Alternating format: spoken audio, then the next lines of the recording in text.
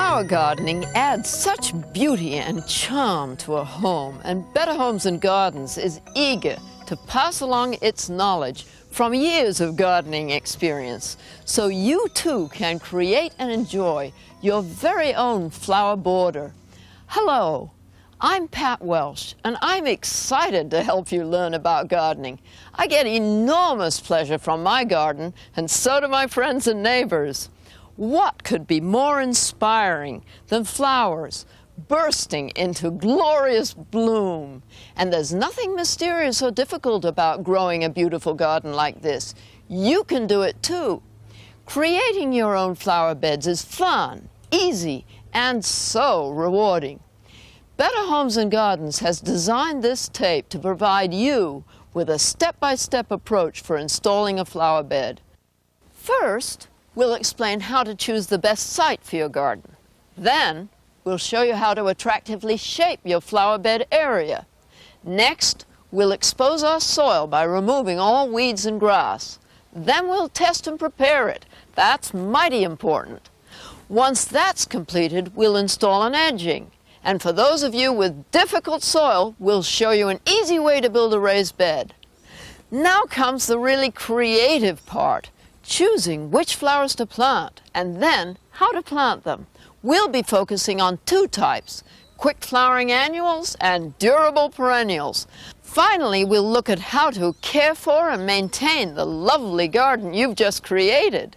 This section includes installing a drip irrigation system, mulching to reduce weeds, and watering chores, using fertilizers to keep your flowers healthy, and learning how to cut back and stake your garden for year-round beauty. Now, don't be overwhelmed by all this, because if you follow our advice, in a few short years, you can be enjoying a mature garden, such as this one I'm visiting today. We're going to demonstrate each step clearly. But before we start our gardening adventure, let me explain the difference between annual and perennial flowers. Annual flowers are those that complete their entire life cycle within 1 year. Generally, they sprout from seeds in spring, begin their bloom after a month or two, flower all summer, and then make seed and die before the following winter. Except in warm winter regions, annuals don't survive the winter. You'll have to plant new ones each spring. We're going to plant a mixed annual perennial garden to take advantage of the best qualities of both. But whether you plant a mixed garden, all annuals or all perennials, the steps are basically the same. First, choose a site for your flower garden, and be sure to consider exposure. Sun-loving flowers require a minimum of 7 hours of full sun daily. Even shade-tolerant plants need bright, filtered light, not deep shade, in order to perform well. Look carefully at each possible location several times a day. See where the sunshine is. Avoid spots shaded by tall trees and buildings, especially in the middle of the day. In the northern hemisphere, areas directly north of structures and trees are frequently too shady. Open areas on the south, east, or west side of a wall, fence, or hedge are usually good spots to grow flowers. It's wise to locate your main flower garden in a prominent spot where it can be viewed from the street, your porch, or patio, your windows, or better yet, all three. Flowers are a feast for the eyes, so put them where your eyes can see them, or tuck some away in special little places you might walk to. This adds romance to your garden. Now this is where we're going to plant our garden. It's a great site, plenty of sunshine, and visible from many viewpoints. Our first step is to lay out our flower bed. There are a couple of ways to do it, so let's go over here and I'll demonstrate. The most convenient width for your bed is 4 to 6 feet. A common mistake is making flower beds too narrow, under 3 feet wide. Narrow beds make it difficult to gracefully accommodate all the sizes and shapes of plants needed. Now, if you can do it, it sure is a good idea to leave room at the back of the bed for a narrow access path. If you want a formal look, make your lines straight to create a square or rectangular bed. Just measure your area and drive in 4 corner stakes. It's a good idea to put a flat board on top of the stakes and hammer on top of that so you don't wreck your stakes. Now, stretch your string around the stakes to form your edges. If, on the other hand, you prefer a more casual look, use curves. One way to go is to lay a flexible garden hose on the ground to mark the outline of your bed. Now, adjust the hose until you achieve a graceful curve that pleases you. And here's a little tip. Pick up some gypsum or some lime at your local nursery. Just sprinkle it on the ground and mark the outline of your bed where the hose is, like that. Remember, all parts of your bed must be within arm's reach. Once you have flowers growing here, there's no place for feet in the bed.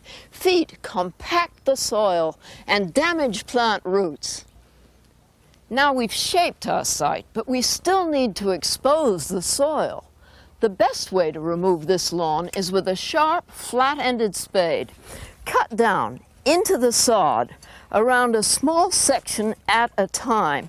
Then slice it out sideways.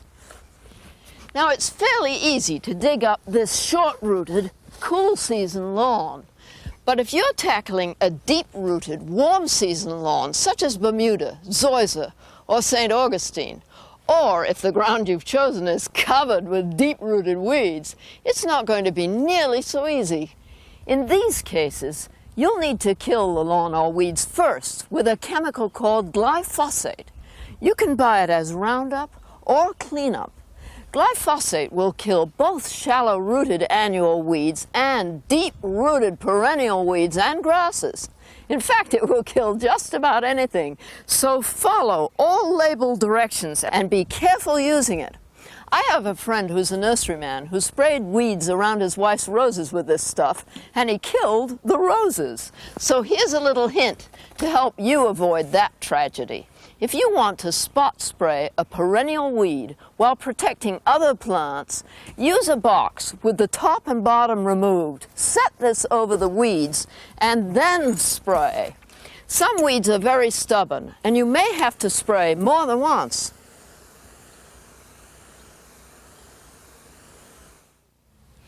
Now we've removed the weeds and/or grass, and the next step is to check the drainage. Most flowers won't grow in a mud puddle. They need good drainage. The way to test for drainage is to dig a hole 18 inches wide by 18 inches deep, and then fill it with water. When that water drains out, fill it again a second time. If this water doesn't drain out within 24 hours, your soil's drainage is inadequate. Either choose another site or build a raised bed. We'll tell you more about raised beds a little later. Fortunately, this spot drains well, and we're going to use it. At this point, you can save yourself a lot of expense and trouble by taking a soil test to determine the pH level of your soil. The pH scale indicates whether your soil is acid, neutral, or alkaline on a scale of 0 to 14. Simple pH kits are available at your local nursery, or if you prefer, County Agricultural Extensions and many nurseries offer soil testing services.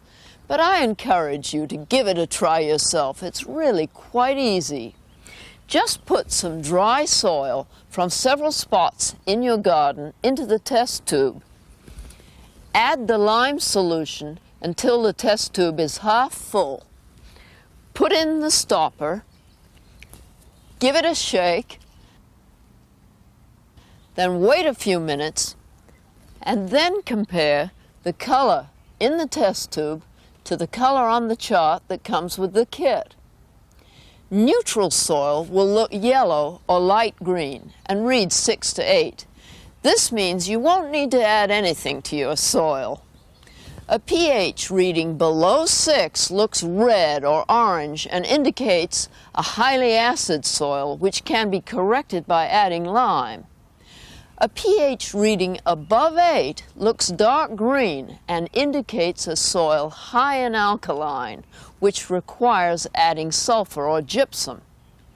In the case of sandy soil, add peat moss and/or composted redwood. After you've added the amendments, test it again to make sure you've provided plant roots with the correctly pH-balanced soil. It pays off. You'll also need to add masses of organic matter to your soil. This is perhaps the most important thing you can do to make your garden successful. We can't keep taking from the soil without putting back. You have loads of organic products to choose from, and they differ throughout the country. One of the best things you can add is aged manure. If it smells of ammonia, it's hot and can burn the roots of your plants. Don't add it until it's properly aged. Other possibilities are peat moss, leaf mold, homemade compost, or commercial bagged material. Keep an eye out for local sources of inexpensive or free organic byproducts. Talk to a successful gardener in your area. Find out what they add. Get advice. But a word of caution: don't ever add raw, unrotted materials to your soil, such as raw sawdust, without adding the proper amount of nitrogen to make it rot. If organic materials aren't decomposed already, they will rot in the soil and rob nitrogen from the soil in the process, and your plants will die. Now we're almost ready to roll up our sleeves and start digging, but first we need to do a simple field test to find out if our soil is ready to be tilled. Grab a fistful of your soil and squeeze it in the palm of your hand. I brought this with me just to show if it forms a compact or sticky ball like this. It means it's too wet. So wait and test your soil again in a few days. But if your soil crumbles easily like this, go ahead and dig in. With a long-handled garden spade or fork, start digging down at one end of your bed. Now, a fork works best in clay soil, but a spade works best in sandy soil. And since I've got sandy loam here, I'm going to start with the spade.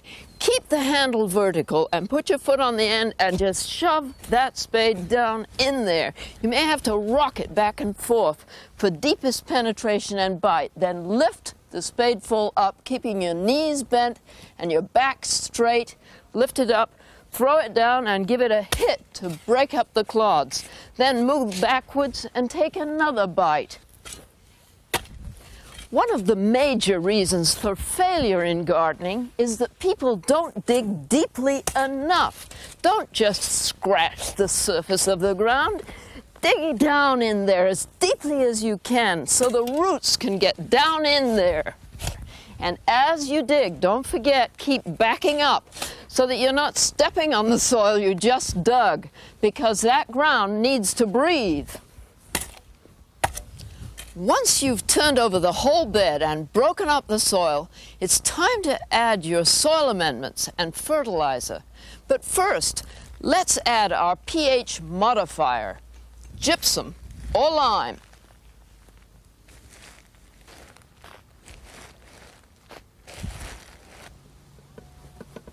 Now come our organic amendments.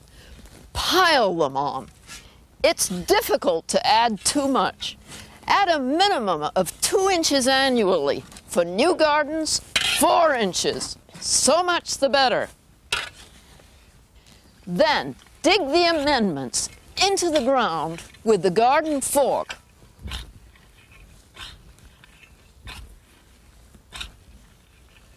Finally, rake the surface to level it out. In addition to adding organic matter to our soil, we need to feed our plants with fertilizer. The easiest way to go is to purchase a commercial pellet-type fertilizer recommended for flowers and add it according to package directions. Now, our plot measures approximately 6 feet wide by 15 feet long. We need to add 4.5 pounds of this particular product. Put some fertilizer in coffee cans, weigh it out on your bathroom scale, then sprinkle the right amount on top of the ground and cultivate it into the top 3 to 6 inches.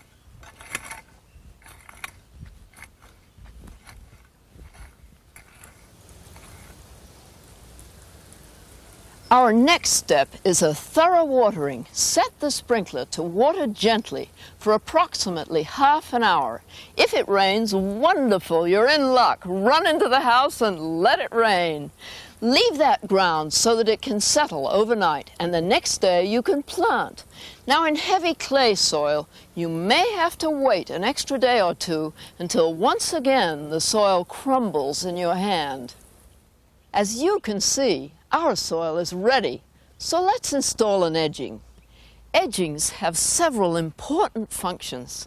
They define your flower garden, help to keep grass from creeping in there, keep path surfacing materials such as gravel and bark out of your bed, and they look decorative and add form and structure to your garden's design. Choose a material that goes with your home and garden. You have loads of choices, including bricks, railroad ties, rocks, broken concrete, and in the West, redwood bender boards. Edging can be as individualistic as you are. One easy way to go is to use a plastic edging that comes in a roll like this. Now, if the edge of your bed is straight like ours, lay the edging out in the sun for a while to flatten it. To install, use the claw end of a hammer. Make a narrow trench about 2 inches deep with the claw end of a hammer right down the edge of your bed. Then, using a scrap of lumber, tamp and level the bottom of the trench. Then, place the edging into the trench and secure it with stakes that come with the edging.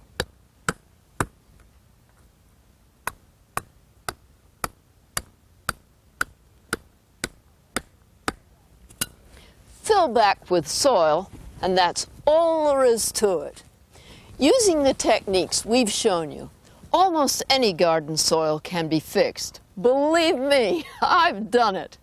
But if you have impossible drainage, nothing but rocks, or soil so hard it would take a jackhammer to break it up, why not build a raised bed? You can build your raised bed out of many different types of materials, such as wood, brick, rock, or even concrete. A myriad of choices exist, from very simple to much more complex, like a whole terraced hillside. Raised beds can add charm and artistry to the garden.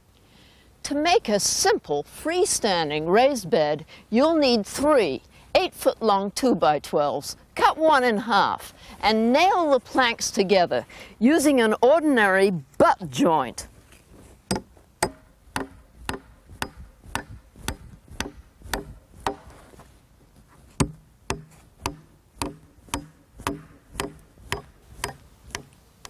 If gophers or moles are a problem in your area, cover the bottom with hardware cloth to keep them out and staple it into place.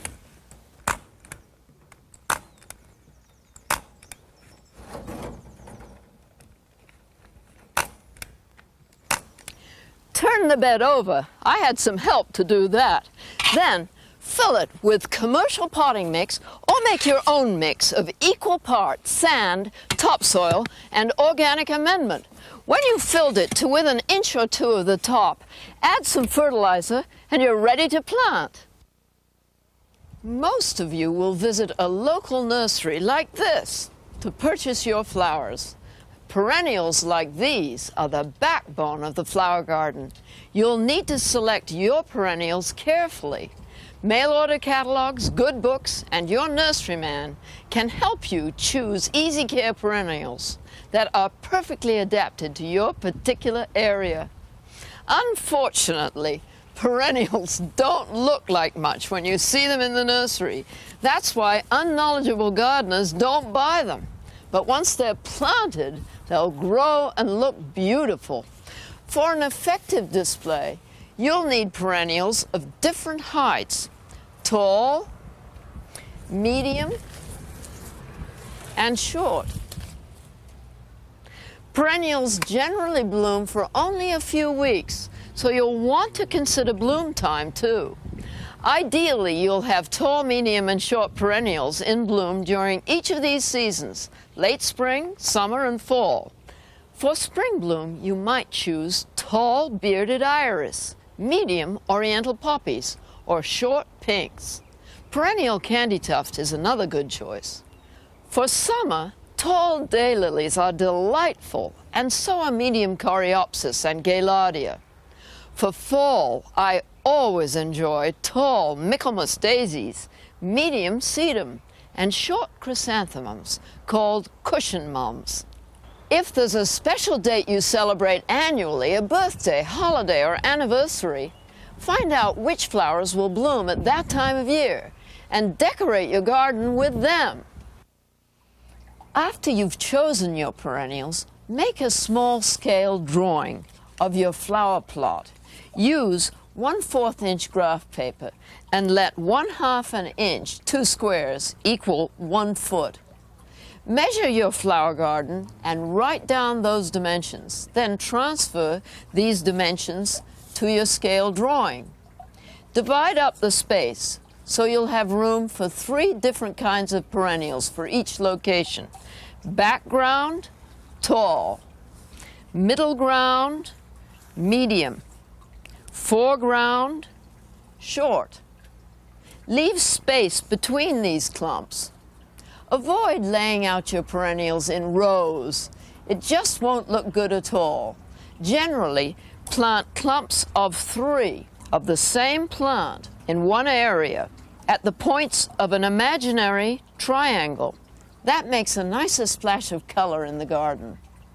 The most satisfying designs limit the types of plants used and tie the garden together with big drifts of longer blooming perennials.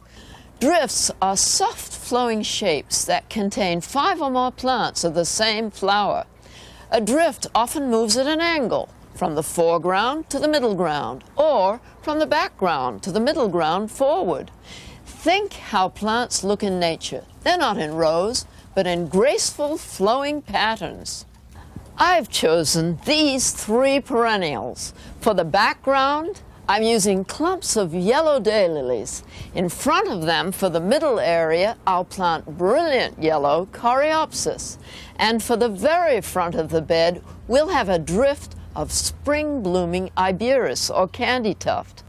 But before we start planting, let's talk a little about color. Here are some basic color combinations to try. One is red, white, and blue. It's widely used and always looks great. Now here's a little trick I do. Take away the red and put in pink.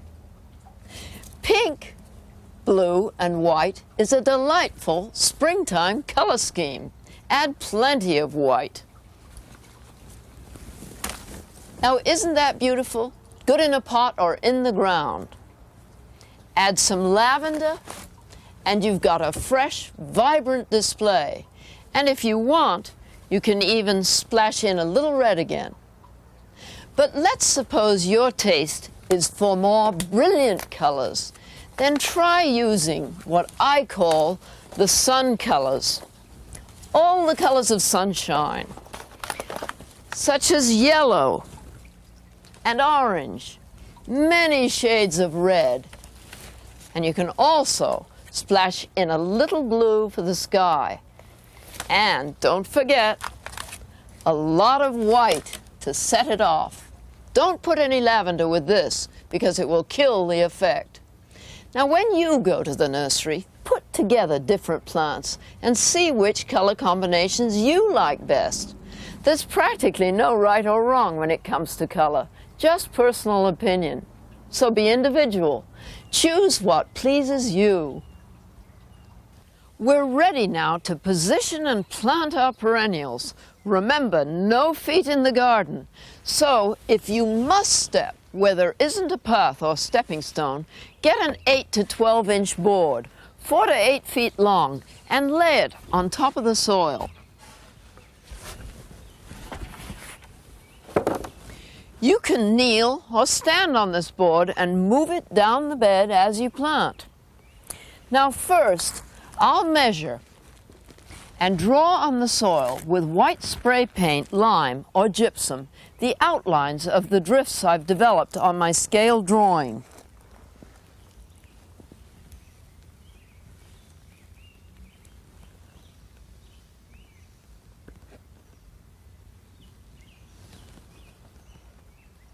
Use a yardstick to give yourself a reference when drawing on your bed. Once that's done, I set the potted plants into position using an imaginary triangle system, 3 together. Check with your local nurseryman or a gardening book for the correct spacing for each perennial. Most, like these coreopsis, are planted 18 to 24 inches apart. Small perennials, such as these Iberis, may need only 12-inch spacing, while large ones, like standard daylilies, require 36 inches. At first, these spacings may look wide and your bed sparsely planted, but perennials need room to grow. Also, don't worry if they don't look very colorful or full in the container. Once they're in the ground for a while, they'll blossom and look fabulous, like these. After placing the potted perennials onto your bed, you can move them around a bit to make sure you're pleased with the arrangement. Now for the planting. Dig a generous hole for one plant at a time.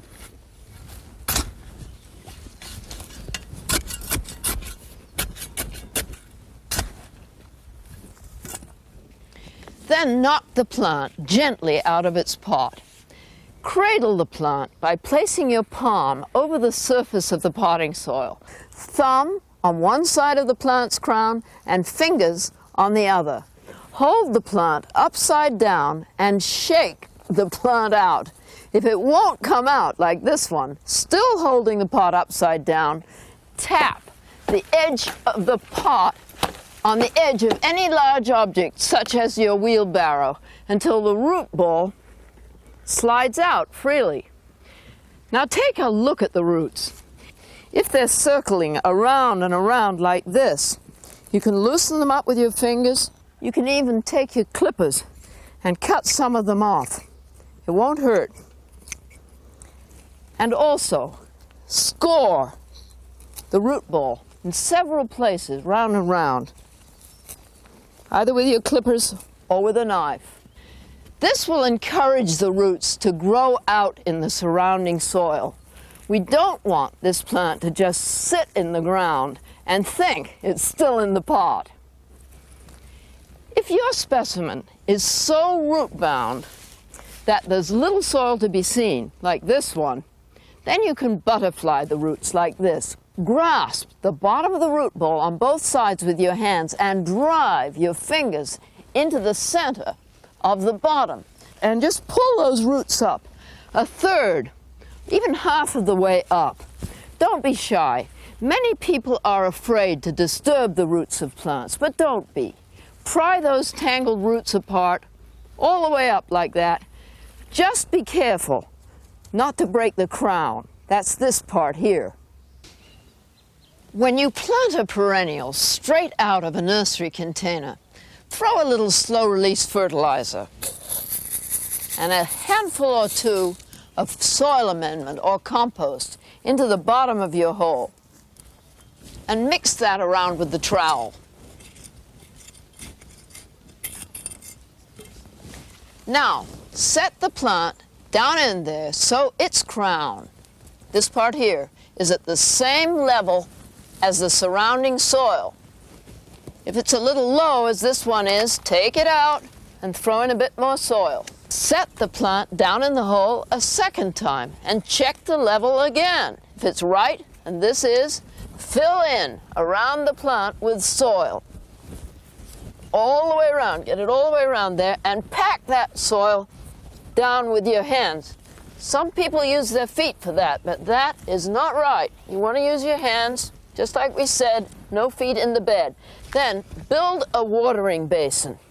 Shape it nicely with your hands, all the way around like that. Nice little basin. This is rather like sculpture. A lot of fun. You got a nice watering basin.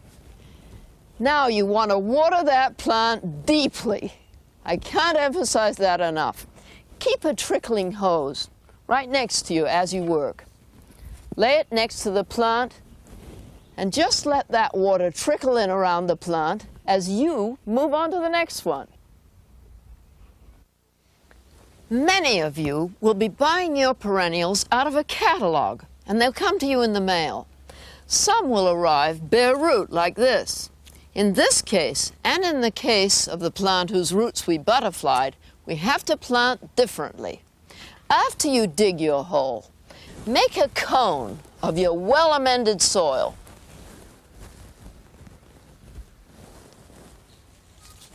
Spread out the roots over the cone. If they bend on the bottom of the hole, take the plant out and dig a little deeper.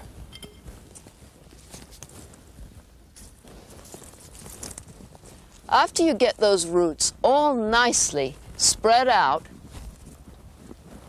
cover in with earth.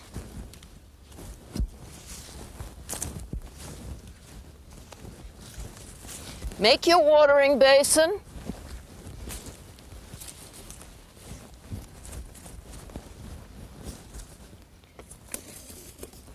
And just let the hose trickle in there.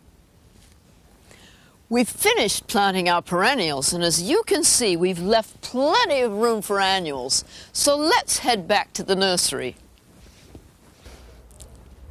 Everyone loves to buy annuals, already vigorously growing and ready for planting. Shopping for them at a colorfully stocked nursery is part of the fun and excitement of gardening. When choosing your annuals, just keep in mind that, like perennials, you'll need tall, medium, and short varieties to go with your color scheme. You should also know that there are cool season and warm season annuals. Some flowers, such as snapdragons, calendulas, Iceland poppies and primroses, and pansies, do best during cool seasons. These are planted in fall in warm, frost-free climates and in very early spring by most other gardeners. Other annuals, such as petunias, zinnias, and marigolds, and some plants we treat as annuals, such as geraniums, are warm season flowers. They love heat, but can't stand frost. So plant them in late spring after the ground is warmed up, and they'll flower all summer long. Whichever plants you choose, arrange them in your shopping cart so you'll know how they're going to look. For instance, I'm choosing blue ageratum and some blue salvia and some splashy scarlet salvias to contrast and blend with my harmonious color scheme.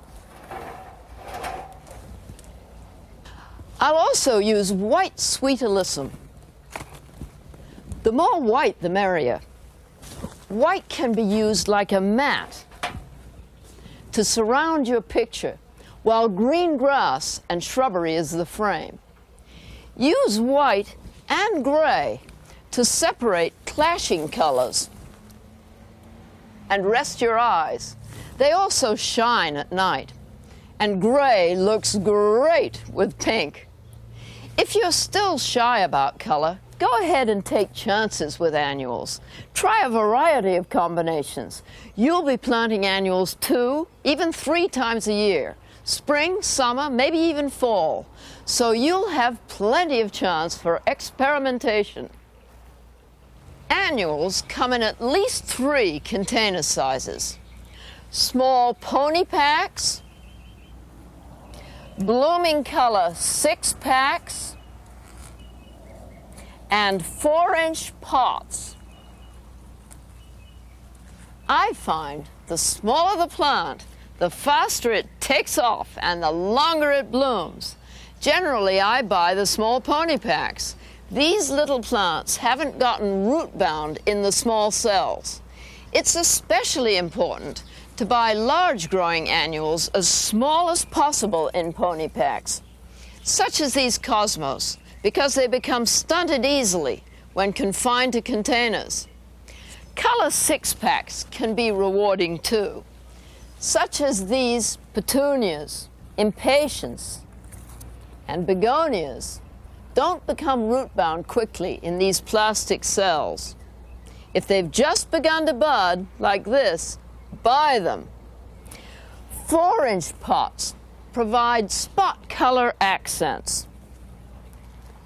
You may want to use them if you're planting in a limited area or a focal point you change often. Be particularly careful to purchase only young, vigorous flowers in this size. Avoid overgrown specimens like this. They're partly bloomed out, stunted and root bound, expensive and disappointing. I don't buy any plants that have yellowed leaves like these or long, lanky stems. They've been in the nursery too long and won't adapt well in the garden. So be picky. Choose healthy-looking plants. You'll be glad you did. Let's take our selections back to the garden and finish planting.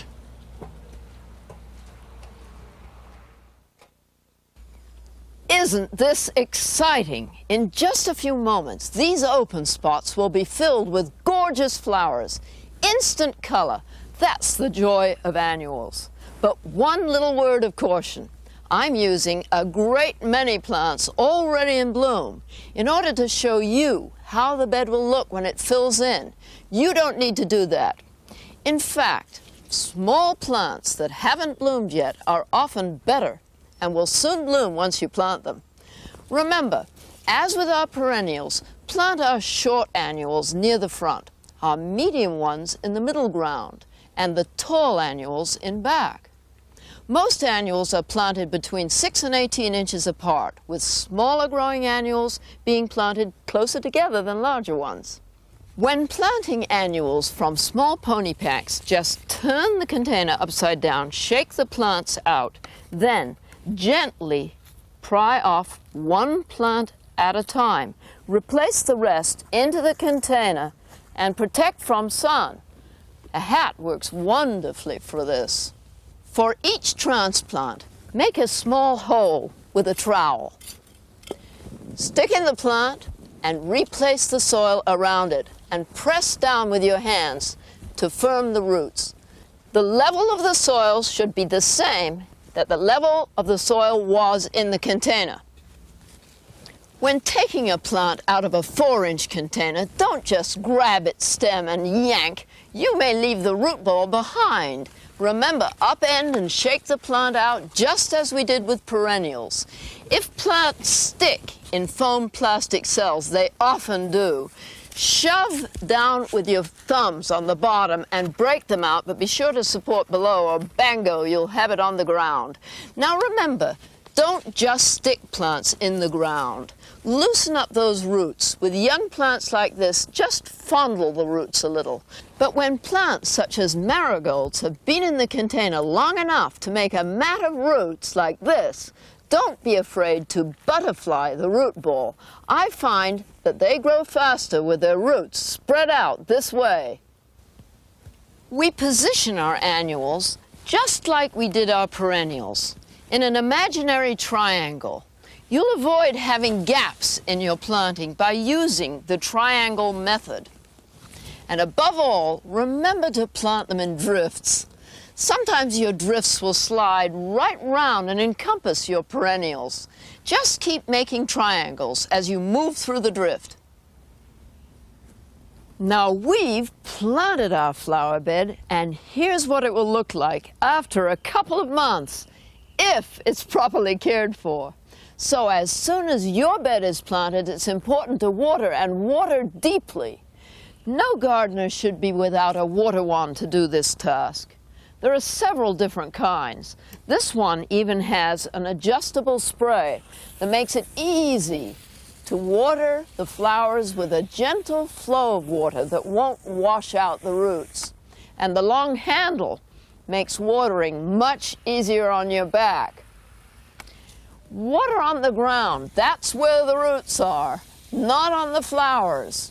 And the best time to water is in early morning. Avoid watering in late afternoon and evening because flowers stay wet all night long, and this encourages diseases, fungal growth, slugs and snails.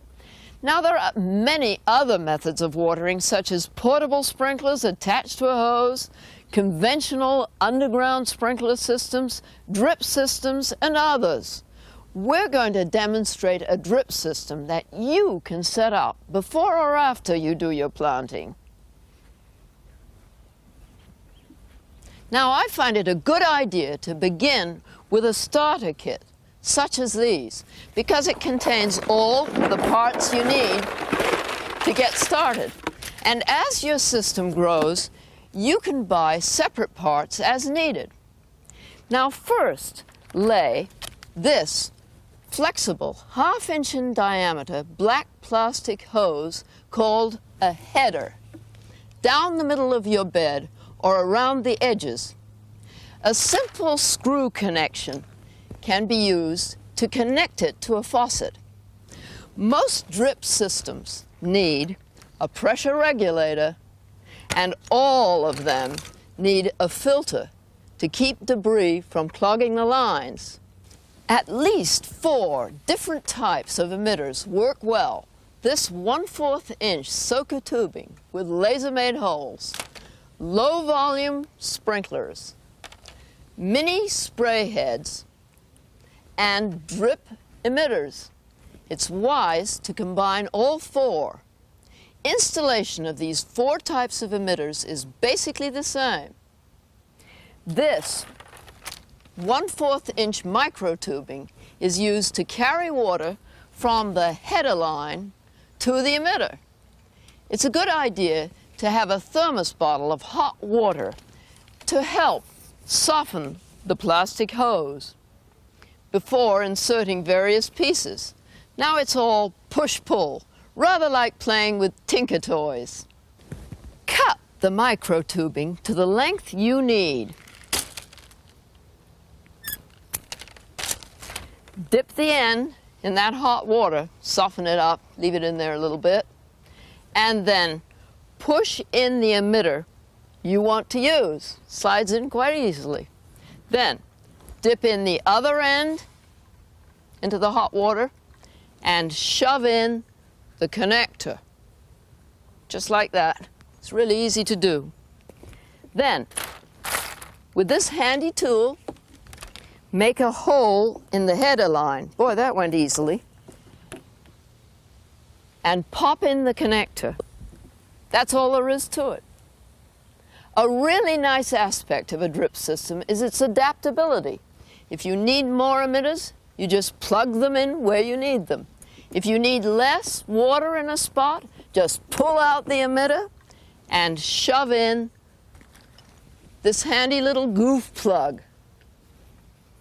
When all your lines and emitters are attached, be sure to open up the end of your header line and flush out the entire system for 5 minutes before using it. Now, if you like, add a time clock and the whole thing is easy care. The soaker tubing is particularly good for snaking through your flowers. It puts water right where it's needed, on the ground. Your small, shallow-rooted annuals will be sure to get their share of water, and your perennials won't be knocked down by overhead watering. Diseases such as mildew and rust are reduced too. Now let's talk about mulching your garden. Mulch is a material, usually organic, such as this, that's laid on top of the soil. It serves a number of important purposes. It reduces weeding chores. They can't sprout up through it. You use less water because mulch reduces surface evaporation. And organic mulch eventually breaks down and increases the humus content of your soil. It also can be used to disguise and protect your drip lines. It's like icing on the cake. Now there's a variety of mulching materials to choose from: compost, shredded bark, chipped tree trimmings, stable bedding, and commercial bag products, just to name a few. Now, most of the flowers we've planted are high-performance, long-blooming, modern varieties, and they need fertilizer in order to perform their best, so feed them periodically. When buying fertilizer, read the label. You'll find 3 numbers. They indicate what nutrients and how much of each are in the product. The first number represents the percentage of nitrogen in the product. This nutrient helps your flowers grow deep green, healthy foliage and stems. The second number represents the percentage of phosphorus. Phosphorus is used by plants to develop flowers, fruit, and strong roots. The third number indicates the percentage of potassium. Potassium helps produce flowers, fruit, and overall plant health. Plants need trace elements such as zinc, iron, and manganese too, so try to find a fertilizer that contains them.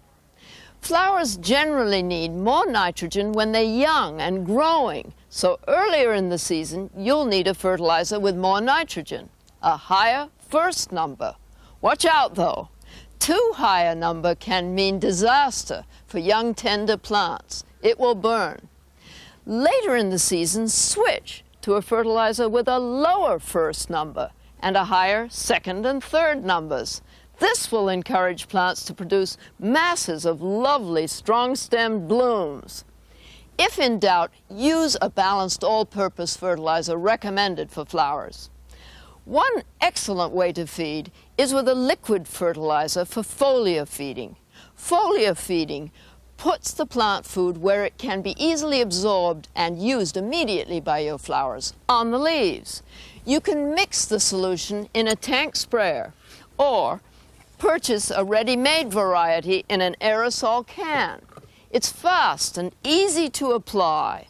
Just apply to the foliage of your flowers. And don't forget the undersides of the leaves, too. Let's take a stroll now through a mature garden. Gardeners often walk through their gardens, clippers in hand, to remove any faded flowers. This is called deadheading. The reason you deadhead is not only to keep your flowers looking good, but to prevent them from setting seed. And it's best done on a constant basis, a few minutes a day. When flowers have long stems, take off the whole stem.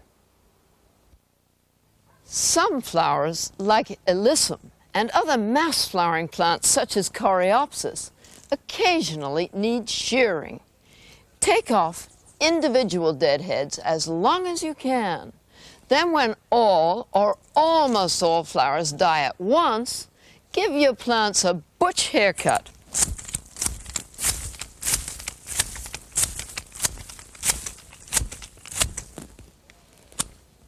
Cut all over with the head shears and remove all flowers and seed pods back to green growth, but not down to bare stems.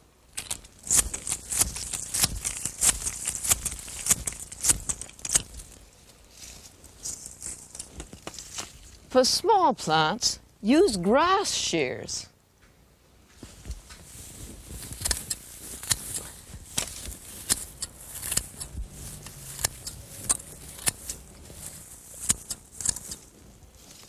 Your plant may look bald for a week or two, but it will soon bounce back into bloom.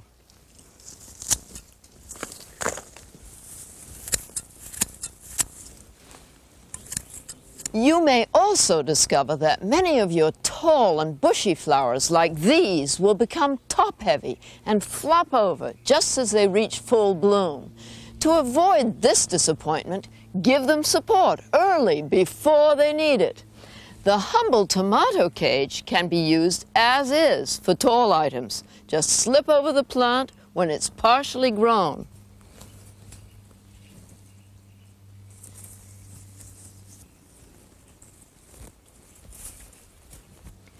The plant will soon grow up through and hide the cage. When supporting smaller items, just cut the cage in two. Sometimes I use branch sticks. I cut them out of my shrubbery, and I shove them into the ground when I plant seeds of tall flowers, and the flowers grow up through and lean on the sticks. This underpinning holds plants up through heavy rains and winds. Eventually, your perennials will need to be dug up and divided. Most perennials need division every 3 to 5 years. When flowering becomes sparse and blossom size is reduced, it's time to divide. This daylily has been in the ground more than 3 years. It's ready to be divided. First, let's dig it up.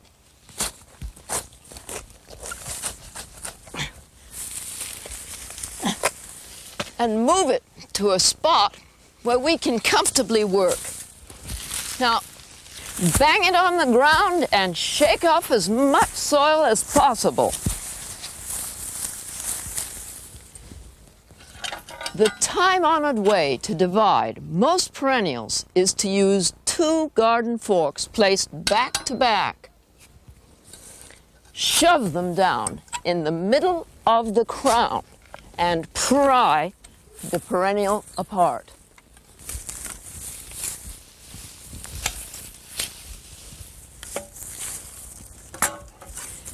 I like to use a large screwdriver for dividing up smaller sections.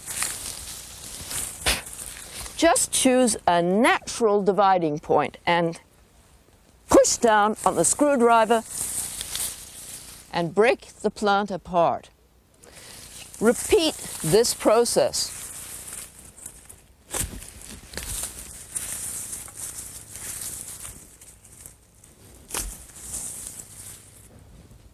Repeat the process until you have a number of manageably sized pieces and discard any diseased or broken portions.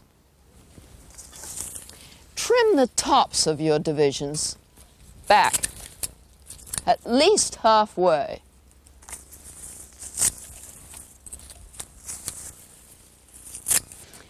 Replant what you want and give any extra to friends. It's always fun to share your bounty with others. There's just one final thing I need to mention before sending you off to begin your gardening adventure. If you live in a cold winter area, you may need to provide winter protection for your perennials, such as a bed of straw over the roots. Now, I'm demonstrating this in the summer garden. But in fall, this plant will die back to the ground and the roots will go dormant. That's when you pile on the winter protection to keep it toasty warm under the snow. Check with your local nursery to find out how much protection will be needed and what's best to use. It's time now for you to create your own beautiful flower bed. We've shared our knowledge with you, but it's up to you to make it happen. Keep in mind, gardening, like any worthwhile pastime, is a learning experience, and one new discovery leads to another. Half the fun is experimenting, so be creative. Just go out there and dig in.